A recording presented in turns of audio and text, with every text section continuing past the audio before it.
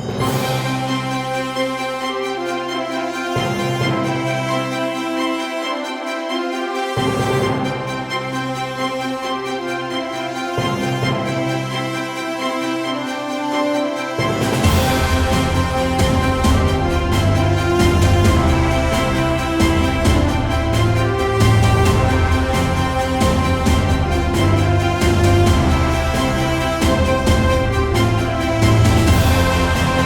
have with us Dr. Jen Jones, CEO of Galapagos Conservation Trust, GCT. The medal is the Victorian Egypt Medal, issued to J. Stamper from the 1st Coldstream, the British Army and New South Wales contingent who were involved in military action in the Sudan in 1885. The medal number is 5008, the original Victorian Egypt medal. So I'd like to now ask Lakshmi, Narayanan and Dr. Jen Jones onto the stage for the good talk.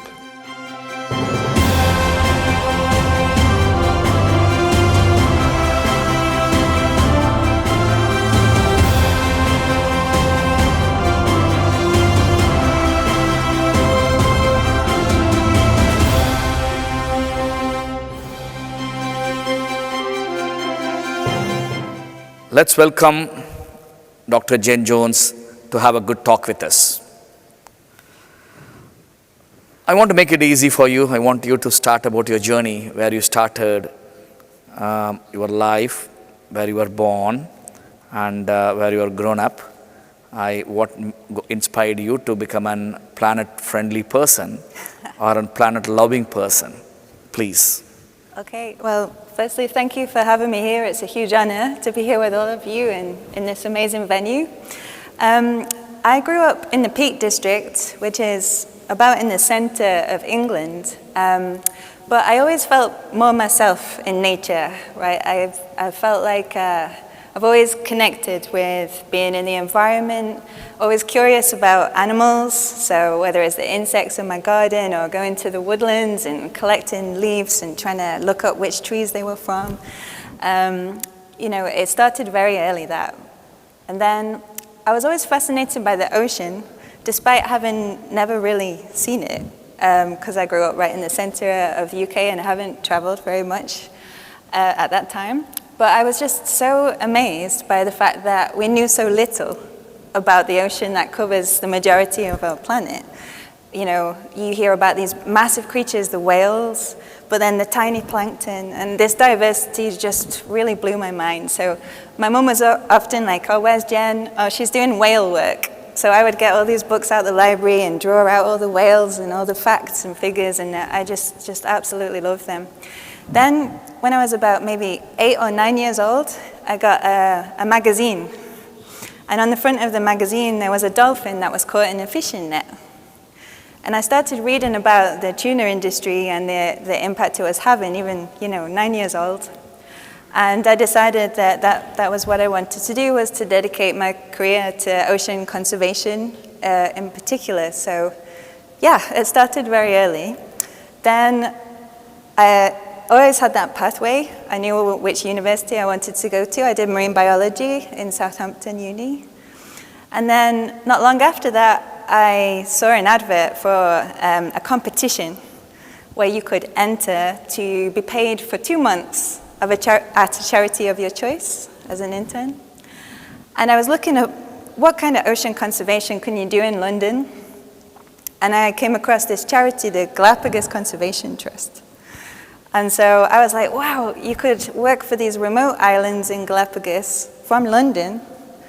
And I started learning about the UK connections with these special islands. And yeah, so I started as an intern there 13 years ago, and now I'm the CEO. So I have really taken that kind of inspiration from when I was 9 years old and really gone for it. Great journey. Thank you for sharing with us. Yeah. Everyone needs an inspiration. Everybody knows about Charles Darwin theory of evolution. Charles Darwin got inspired after visiting this island. The theory of evolution came in existence after visiting this island. This is one of the greatest islands with a huge habitations, which are biodiversity habitations in place. Your fascination with nature and the world began at a very young age, which I can understand now. You have mentioned about Attenborough. You spoke Sir David Attenborough, sorry to pronounce, Charles Darwin as your heroes. Let's talk about, I understand your inspiration now. Let's talk about what keeps you going every day with all these challenges. Yeah. What keeps you going every day? Well, for me, I'm a very optimistic person. I think you have to be working in this field. I think hope is very important. And so I think you have to celebrate the small wins that we have when you're working in this area. For me, a huge inspiration are the young people. And I've seen that over the time I've been involved, is young people's awareness on the islands and their drive to really make a difference in the future. So I think the young people really do inspire me. I think that ultimately, sometimes we lose the awareness that we are fundamentally linked with the natural world. By looking after biodiversity, we're looking after ourselves. And so I don't think there's anywhere else that I'd want to put my efforts to have, an impact on as many people as possible than focusing on environment and nature conservation. So I feel like that the big picture of where we need to get to keeps me going, because we have a lot of work to do and the world is getting a more challenging place in a lot of ways. But with places like Galapagos, where there is a lot of attention, there's a lot of innovation in the community to find solutions that work in an island environment. And so there is a lot of hope that keeps me going. Let's talk about the island. Share about that island. Sure. So the Galapagos Islands belong to Ecuador. So they are in the Pacific Ocean, in the eastern tropical Pacific, and on the equator. And what makes the islands so special, they are volcanic islands, so they've never been joined to the continent. And so any species that we find on these islands in the middle of the ocean had to get there. So to colonize an island in the middle of the ocean, you have to be very resilient, you have to be very adaptable, and that's why it's such a great place to see the physical evidence of evolution. So you may have heard of Darwin's finches. You can see really clearly in the different finch species different beak sizes. And this was part of what inspired Darwin to see that each island had its own different type of finch. And so in these islands in particular, easier than anywhere else in the world, you can actually see the evidence of evolution. And so the other thing which makes them so special is that there's a lot of different ocean currents that all come together at that place. So we have warm water coming from the north, so from Panama, and then cold water that comes all the way up the coast of South America.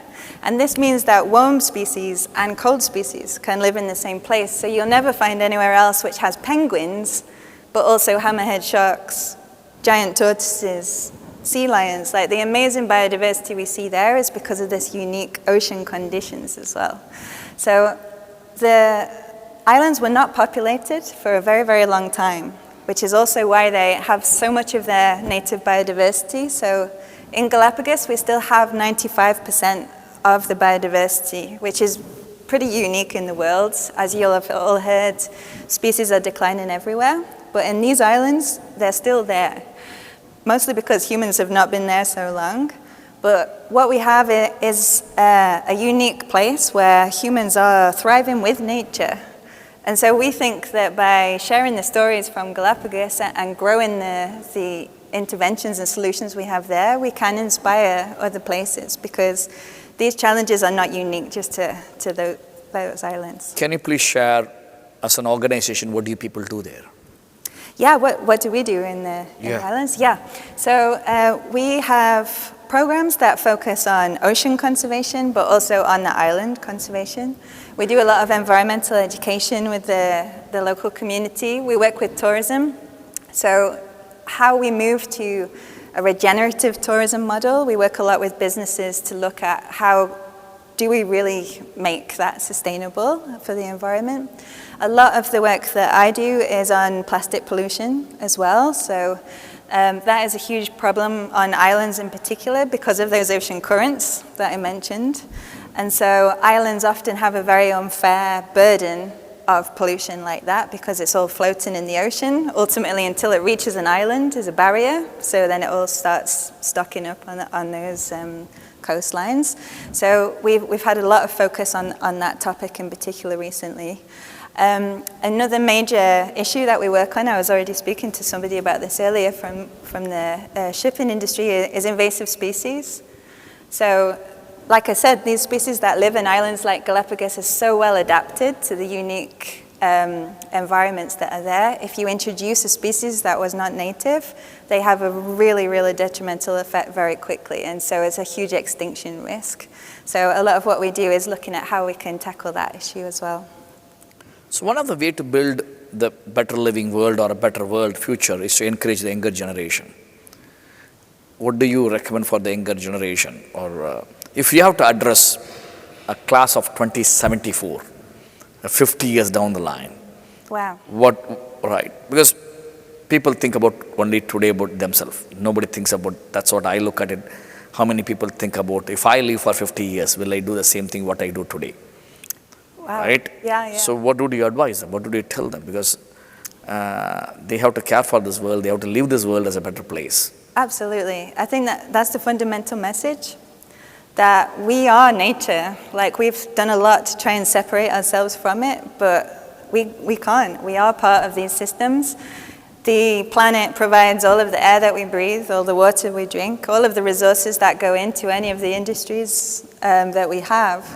And so that message of the need for protection and that everybody has a role in this, like in the ecosystem of conservation itself, we've all got a role.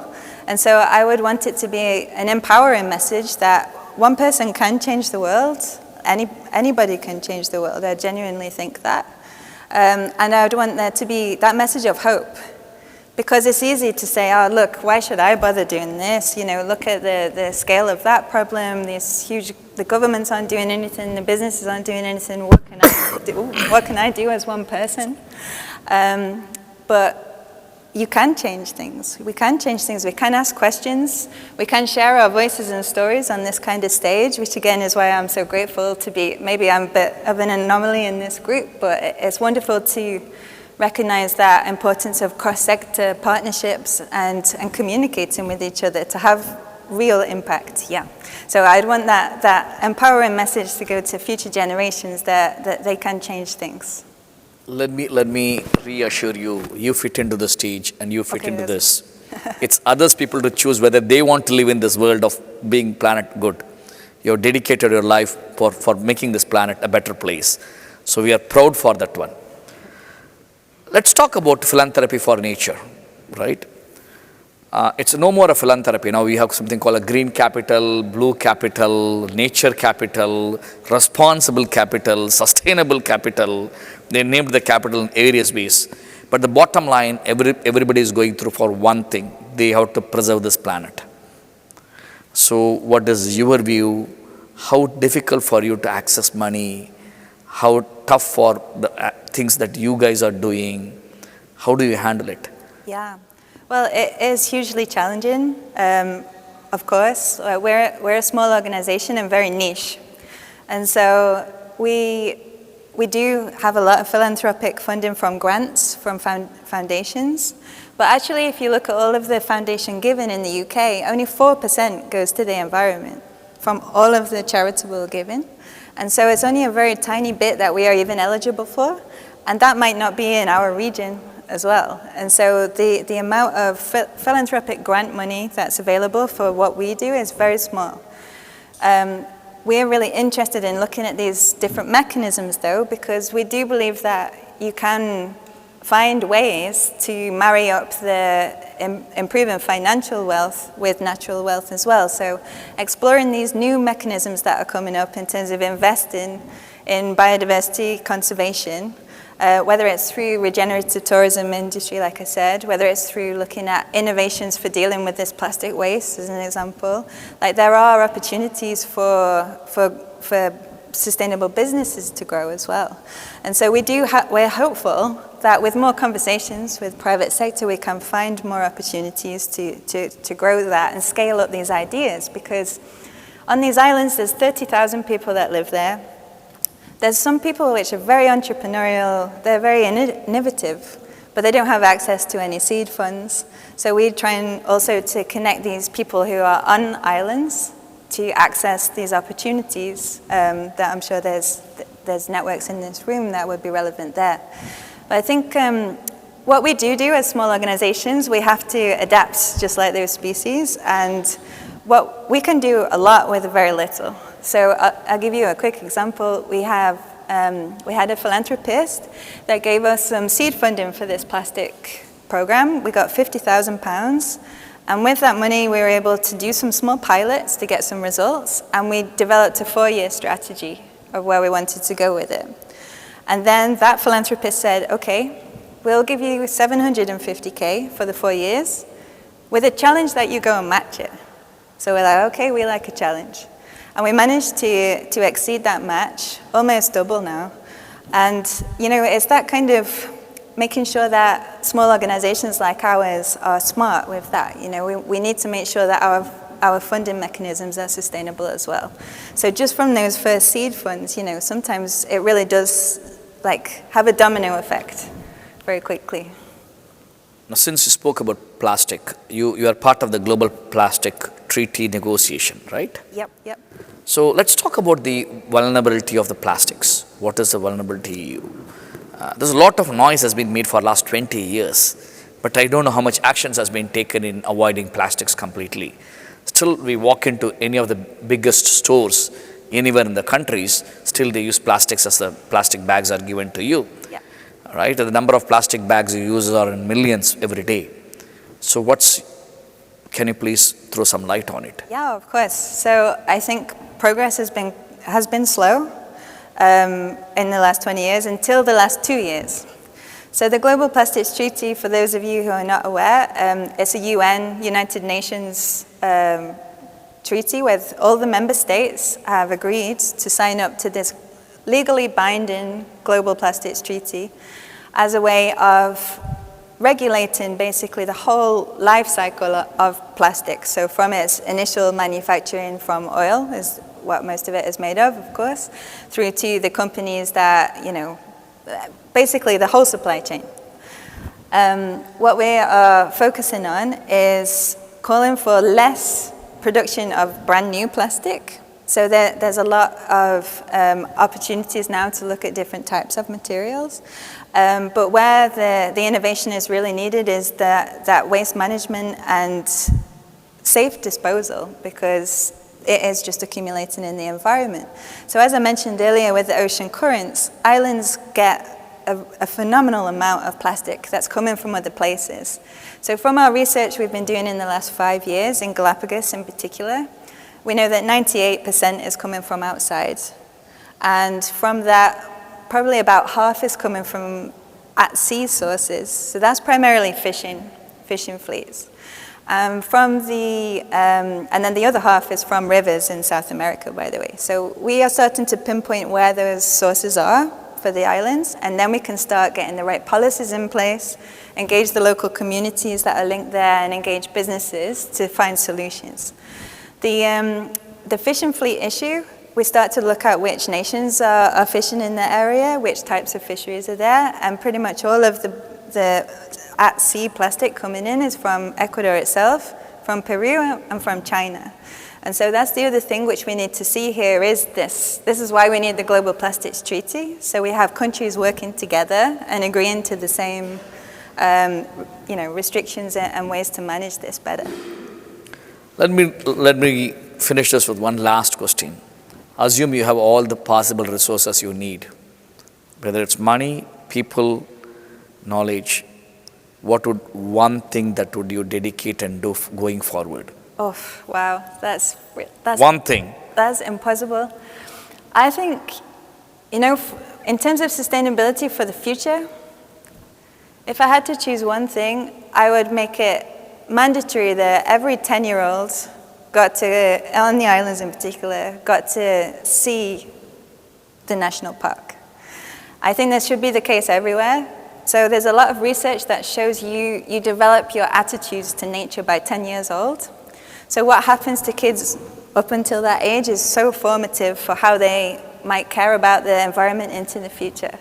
And so I think maybe to have the biggest impact, if you could start that every 10-year-old or maybe 8-year-olds in the world got to have decent environmental education, then maybe the world will look a bit different in another 20 years.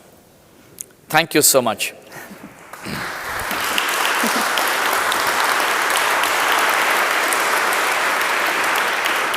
I should say this to end this, right? This is an inspiring conversation. I have 2 young kids. I never ever thought about it when the way you said this. You know, it's everyone's responsibility to take responsibility in your life, whoever you know, that you can make sure the kids at the age of 10 can walk into one of the large national parks and feel it, experience it, get connected with the nature. Nothing is more powerful than experiencing nature by themselves. The most powerful way is by experiencing the nature. There are 4 things in life: to do, to have, to give, and to be. To do is what we taught in schools, colleges, universities. To have, we learn from our friends, our communities, our surroundings. To give, we most of the time, to give, we see, we learn, or we hear, we practice. But to be, the being is not taught anywhere else. Being is caught. Everything is taught. Being is caught. And a being will be caught only when you experience life in real time. Thank you for sharing that memorable things on our stage. Thank you so much, Dr. Jen. Thank you. Thank you.